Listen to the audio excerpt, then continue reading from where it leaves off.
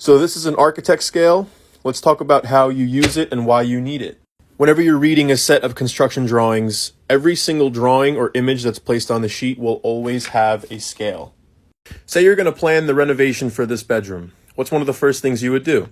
You would take the measurements and then you would draw it out on a piece of paper and try to come up with a layout and come up with a design for your new bedroom.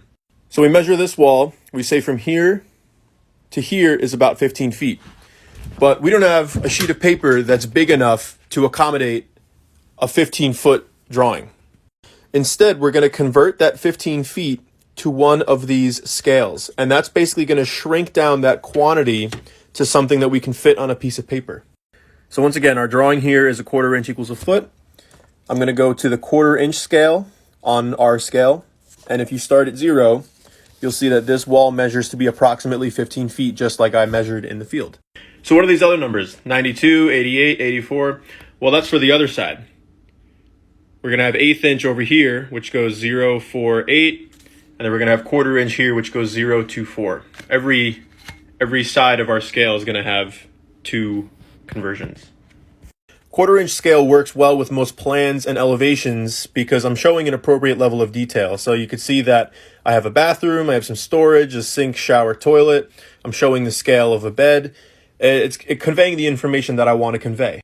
If I redrew this drawing at 1/8 inch scale, which I did for the sake of this video, you'll see that 15-foot dimension is much smaller.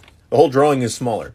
And if I wanted to add much more detail in the bathroom, it would start to get pretty difficult because, well, it's a smaller drawing. The line weight of the pen is only so big, and this drawing is going to start to look like an amorphous blob if I start to add too much detail.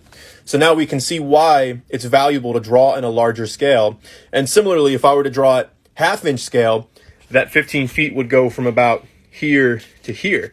And that's just too big. We don't need a drawing that big to show the level of detail that we want to show.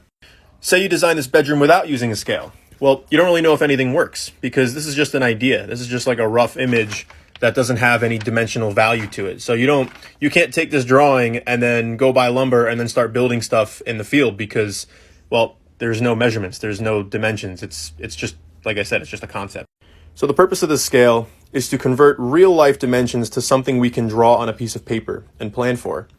And it allows us to do that whether we want to design a skyscraper, a house, or a shed.